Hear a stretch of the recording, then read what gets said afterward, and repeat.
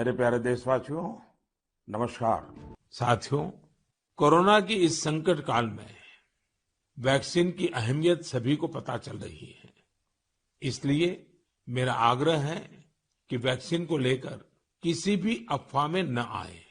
आप सभी को मालूम भी होगा कि भारत सरकार की तरफ से सभी राज्य सरकारों को फ्री वैक्सीन भेजी गई है, जिसका लाभ 45 साल की उम्र के ऊपर के लोग ले सकते हैं। अब तो 1 मई से देश में 18 साल के ऊपर के हर व्यक्ति के लिए वैक्सीन उपलब्ध होने वाली है। मन के हारे हार है और मन के जीते जीत। जब इस बात को हम दोहराते हैं और इस बात को पढ़ते हैं तो आपको पता चलता है कि यदि आप मन से हार गए तो आप किसी भी युद्ध में हार जाएंगे, और यदि आपने यह ठान लिया कि आप उसमें विजय ही प्राप्त करेंगे तो अंततः आपको विजय प्राप्त होगी। ऐसा ही हुआ है भारत में। भारत ने इस कोरोना के संकट के समय एक बार फिर से ठान लिया है कि हम कितनी भी परिस्थितियां विकट हो जाए लेकिन हम हिम्मत नहीं हारेंगे। भारत में यदि आप बात करते हैं कोरोना की तो आपको ये भी याद रहना चाहिए कि भारत में जितने लोग मर रहे हैं उसके रेस्पेक्ट में उतने लोग रिकवर भी हो रहे हैं। रिकवरी रेट आज भी बहुत ज़्यादा है। जितने कोरोना के नए केसेस आ रहे हैं वैसे वैसे कोरोना के पुराने लोग जो रिकवर होके जा रहे हैं वो वापस अपने घर पे अपने परिजनों के साथ हैं।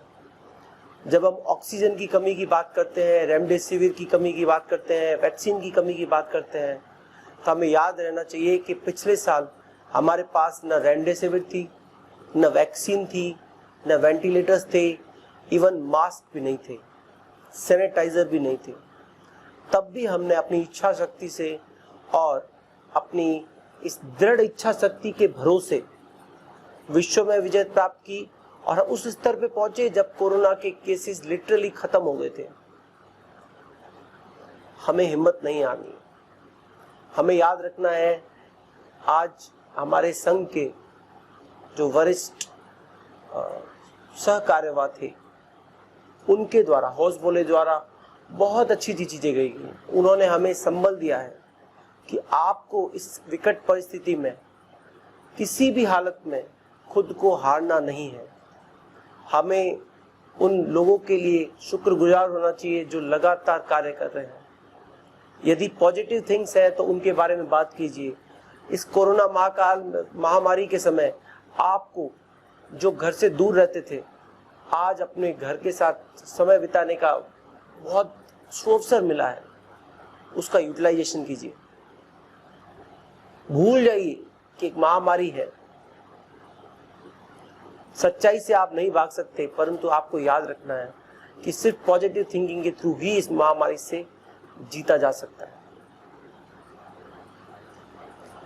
आज मैं हूं आपका होस्ट भूपेश वासु और मैं बताना चाहूंगा आज आपको पॉजिटिव बातें। भारत जहां लगातार इस महामारी से लड़ रहा है तब कई चीजें आ रही हैं। आपको पता होगा कि 1 मई से जो वैक्सीन्स हैं वो भारत में मास अवेलेबल हो जाएंगी 18+ लोगों के लिए। भारत की सबसे बड़ी जनसंख्या का एक बहुत बड़ा पार्ट है युवा वर्ग 18 से 45, उनको ये वैक्सीन मिलने वाली है। तो 18 से 45 वैक्सीन मिलने वाली है।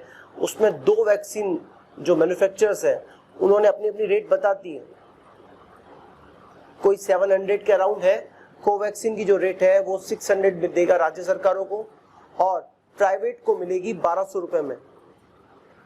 ऐसे ही सीरम इंस्टीट्यूट की जो कोविशील्ड है उसकी रेट भी आ चुकी है, आपको पता होगा। स्पुतनिक की रेट भी 700 के अराउंड है। तो $10 की रेट के अंदर आपको ये वैक्सीन मिल रही है। आप नेताओं की मत सुनिए, किसी की मत सुनिए। आज आप रेमडेसिविर का 1 इंजेक्शन लगाते हैं तो वो लगभग 2200 रुपए का है। तो यदि आपको 2 वैक्सीन 1400 में मिल रही है तो ये आपके लिए अच्छी बात है। आप इसको सहर्ष लीजिए। दूसरी बात मैं आपको बताना चाहूंगा कि आज हमारे देश में जो संकट आया है इसमें संघ के द्वारा, राष्ट्रीय स्वयंसेवक संघ के द्वारा और सेवा भारती जो संघ का ही एक संगठन है, उसके द्वारा लगातार ऑक्सीजन सप्लाई के लिए और मेडिसिन सप्लाई के लिए और कई ऐसे कार्य करने के लिए जिनमें लोगों को कुछ राशन की जरूरत होती है, उसमें आगे आकर जो सहायता दी जा रही है वो अत्यंत अनुकरणीय उदाहरण है। हम लोगों ने साथ मिलके इस संकट से मुक्ति पाई है। हमें बार बार लोग कहेंगे कि ये गलत है, सही है, लेकिन भारतवर्ष हमेशा इस तरीके से ही लड़ा है।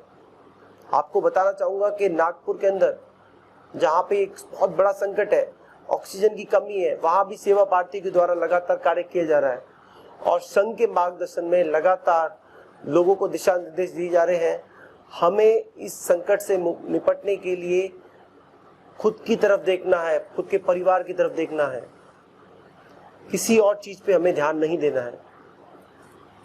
मैं हूं आपका होस्ट भूपेश वासु और इसी के साथ ही आज का समाचार और शुभ संवाद समाप्त होता है।